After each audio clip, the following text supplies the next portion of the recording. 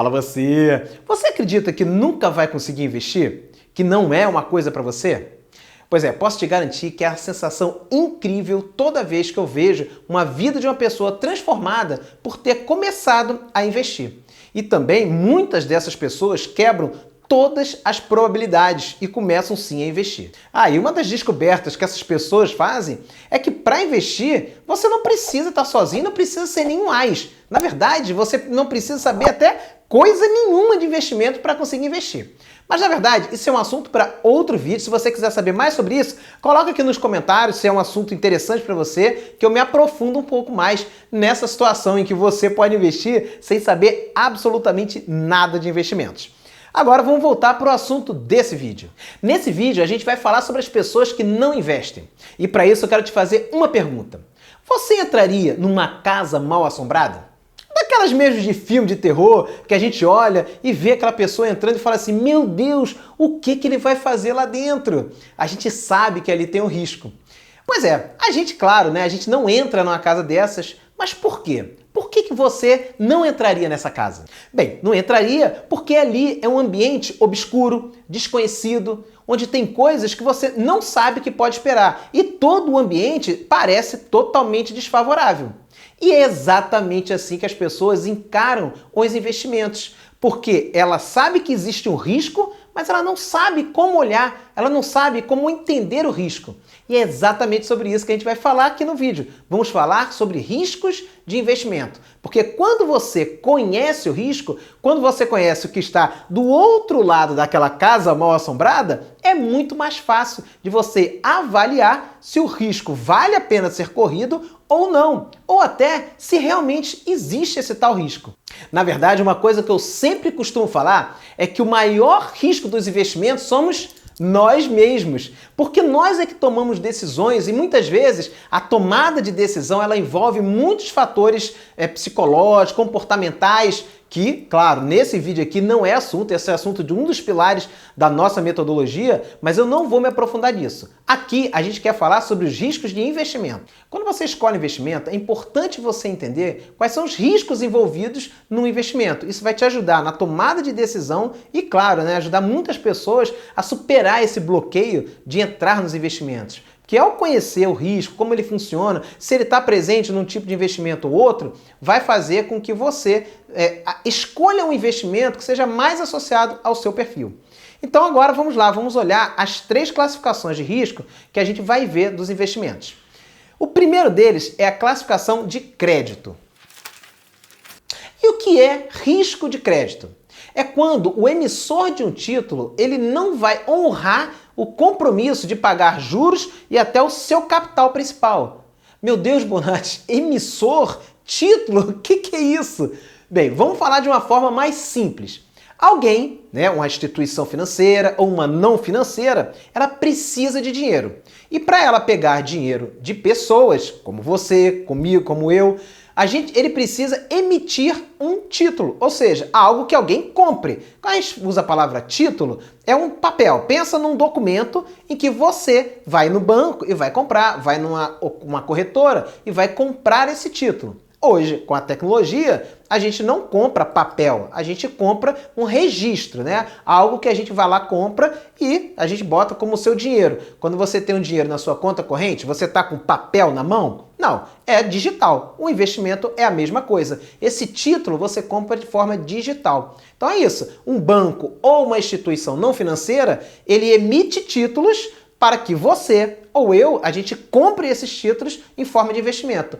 Em troca disso, depois de um período, ele vai te pagar juros e também para mim, beleza? Só que pode acontecer desse banco ou dessa instituição não financeira não ter dinheiro para pagar.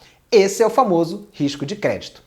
Aqui eu botei alguns exemplos. CDB e uma LCI são operações associadas a banco, onde eles também usam para pegar dinheiro, e aqui são bancos. E a debêntures e a nota comercial é muito parecido, só que quem emite isso são empresas. E aqui eu vou ressaltar um destaque da debêntures, porque ao final desse vídeo aqui, no final dos 3 riscos, eu vou fazer um caso, a gente vai fazer um investimento aqui para você entender os 3 riscos trabalhando de forma conjunta e fechando todo esse entendimento. E eu vou usar nesse exemplo uma debênture. Por que uma debênture? Porque o debênture é uma empresa privada que ela quer pegar dinheiro de pessoas e ela cria uma debêntures. E aí eu vou criar a empresa Bonaice e a gente vai criar uma debênture, mas a gente vai ver isso daqui a pouquinho. E agora vamos ao segundo risco, o risco de mercado. E uma forma muito fácil e intuitiva de entender o risco de mercado é a gente pensar no nosso dia a dia, no supermercado. A gente quando vai no supermercado, o que a gente olha? O preço. Ora ele está mais baixo porque tem uma promoção, ora ele tá, também a sazonalidade de alguns produtos, ora ele está lá em cima por alguma outra questão, uma chuva ou alguma outra característica, greve de caminhoneiro, que fez com que o preço ora estivesse lá em cima, ora lá embaixo. E a gente fala que o risco de mercado gera uma oscilação do preço. Ou seja, o seu investimento ora vai estar rendendo muito, ora vai estar rendendo pouco. E quando a gente fala de renda variável, é bem fácil da gente ver isso, porque existe uma segunda classificação. Ai, Bonatti, de novo, outra classificação, mais um nome? Tranquilo, a gente vai fazer também um paralelo com o nome que vai ser muito mais fácil de entender. A gente está falando dos riscos que é sistêmico e os riscos não sistêmico. Então, sistêmico, o que significa essa palavra sistêmico?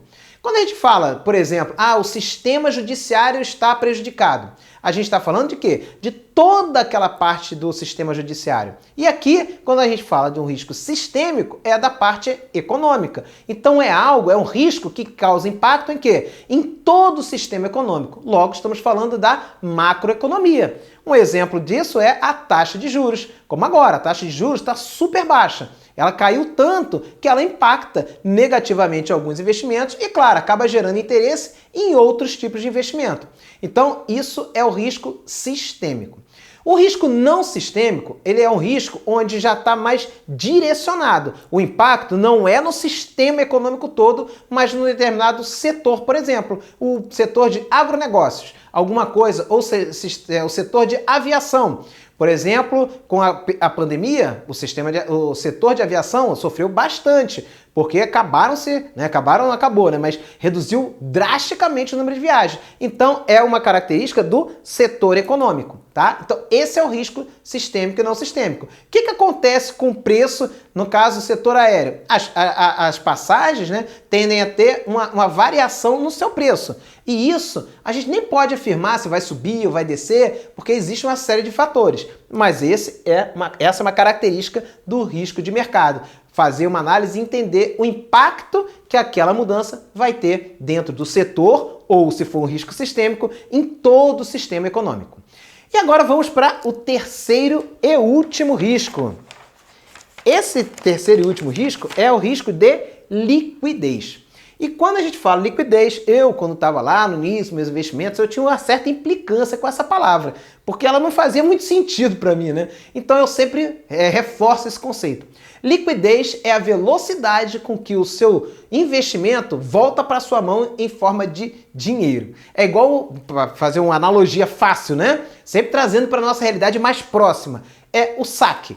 O saque, se você sacar, o dinheiro está onde? Está na sua mão? Não está. Não estamos falando de investimento, tá? Ele está lá na sua conta corrente, mas o dinheiro não está na sua mão. Mas qual é a liquidez? É imediato. Você vai no caixa eletrônico e sacou, está na sua mão.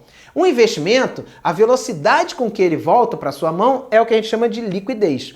Só que tem a liquidez que você lá escolheu no investimento, que a gente fala até em outros vídeos, né? Posso deixar um link aqui de um vídeo onde eu falo sobre liquidez, mas tem a liquidez que a gente fala o risco, ou seja, algo que fugiu ao nosso controle. E o que é isso? Ela lidar muito pela oferta e procura. De novo, a gente vai fazer agora, daqui a pouquinho, um exemplo da Bonaice, onde eu vou passar por esses 3 riscos e vai ficar muito claro.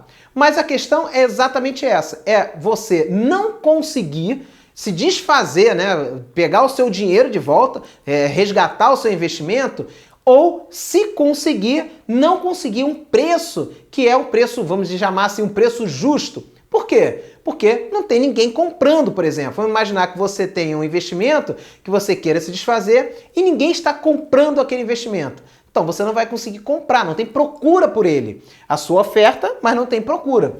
E até se tiver a procura muito baixa e muita gente ofertando, muita gente querendo se desfazer do investimento, o que acontece com o preço? Cai. Então você acaba não conseguindo ter um rendimento ou até se desfazer ou vender, simplesmente vender por um preço justo. Esse é o risco de liquidez. Um investimento que você não consegue conseguir, né? Um preço, você não consegue Você não consegue um preço justo pelo seu investimento. E agora, para finalizar, vamos fazer o case da Bonaice. Caraca, Bonatti, o que diabos é a Bonaice? Bem, então vamos fazer um cenário onde a gente vai passar para os 3 riscos e vai ficar muito claro para você como é que funciona esses 3 riscos, trabalhando junto quando a gente fala de investimento. Para começar, vou pegar ali uma caneta para a gente escrever algumas informações. Bem, a primeira dela é o seguinte, a Bonaice é uma empresa que vende gelo aonde? Ela vende gelo no Alasca. Ela vende gelo no Alasca. Caramba, Bonatti, que é isso? Quando a gente fala que vende gelo no Alasca, a gente começa a pensar o quê? Pô, o cara vai vender gelo no Alasca. Você acha que é uma empresa que tende a ter sucesso ou tende a não ter sucesso? Né? A tendência que a gente pensa, não vou entrar se isso é real ou não, tá? Mas a ideia que imediatamente a gente pensa é que é um mercado meio esquisito, já que o Alasca tem muito gelo. Então a gente já começa a ter uma visão de risco de mercado para esse cara, naquele setor específico. Só que a empresa Bonaice está lá, acreditou, ela tem alguma informação, sei lá, por alguma razão ela entende que essa é uma opção boa. E a Bonaice, só que a Bonaice precisa de quê?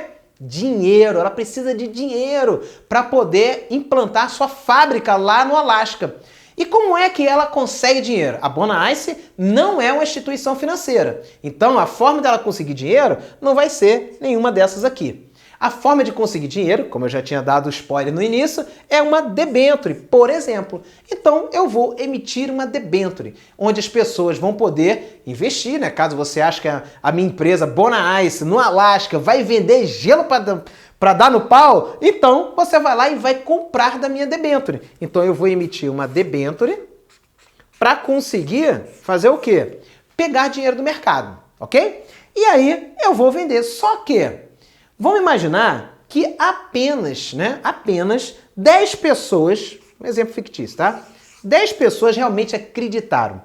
Primeira coisa, eu já não consegui muita grana, né? Já não consegui muita grana. A Bonaice já não está em bom cenário. Então ela já começa a ter um risco de crédito, por exemplo, de não honrar o pagamento.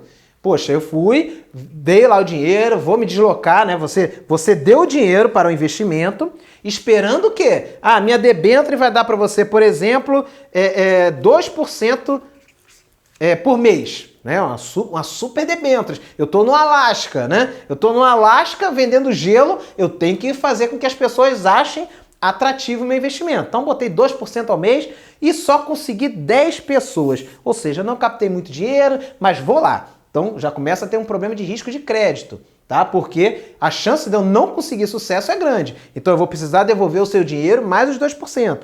O risco de mercado, a gente começa a olhar assim, pô, existe procura lá também? As pessoas vão precisar realmente, né, do gelo que eu vou vender? Então pode ser que naquele setor é um risco, a gente está falando ali de um risco, mas não é um risco não sistêmico, porque eu estou falando somente desse setor, somente dessa empresa mais especificamente, tá bom? E, por fim, o risco de liquidez. Lembra que eu falei que poucas pessoas procuraram a debênture? Bem, se você precisar vender as suas debêntures, se desfazer delas, você viu que tem o quê? Pouca procura. Então, se você tem pouca procura e você, na hora de ofertar, tem que achar um outro investidor, ou seja, você não vai esperar até o final daquela debênture, né? Você precisa desse dinheiro antecipado. Quando você procurar um novo investidor, se no início já foi difícil, com todo o cenário já mais montado, né, toda a situação, fica ainda mais difícil você se desfazer dessa debênture. Ou seja, você fica mais sujeito a aceitar as condições que esse investidor, se ele existir, né, que está procurando essa debênture, ele vai colocar para você. Ou seja, fica muito mais difícil de você conseguir se desfazer pelo famoso preço justo. Ou seja, você acabou de ser apresentado ao risco de liquidez, porque você não vai conseguir vender a sua debênture por um preço justo ou até não consegue se desfazer dela porque não existe procura para ela, né? Então isso pode acontecer. Bem, agora com a Bona Ice eu espero que tenha ficado muito claro, a gente passou por todos os riscos e aí a gente conseguiu ver todo esse cenário apresentado aí num exemplo fictício que eu criei. Se você quiser saber mais sobre conteúdos, conhecer um pouco mais, estar mais próximo da nossa comunidade, conhecer um pouco mais do nosso app, da nossa metodologia, aqui embaixo tem um link onde você vai ser direcionado para uma página onde tem várias informações, você vai poder entrar em contato com a gente. Agora, se quiser só assistir os vídeos do canal, também se inscreva aqui, não deixe de se inscrever e ativar o sininho, porque senão o YouTube só mostra para quem é ativo o sininho, ele não mostra para todas as pessoas, para todos os inscritos. Então, ative a notificação para que você garanta que vai receber o conteúdo. E se gostou do conteúdo, dá o like, aí ele mostra para mais pessoas, ele vê que é relevante e mostra para mais pessoas. E claro, né, se puder compartilhar, certamente isso aqui vai ajudar várias pessoas que têm um pouco de dificuldade no entendimento, a gente vendo de uma forma mais lúdica, ajuda no entendimento e tudo bem não entender, é muito assunto, é muita informação, são muitos nomes diferentes, então trazer para a nossa realidade mais normal, mais do dia a dia, é muito mais fácil de entender. E claro, siga também nas redes sociais, nós estamos no Facebook e também no Instagram. Com os pés no chão, dê logo o seu primeiro passo.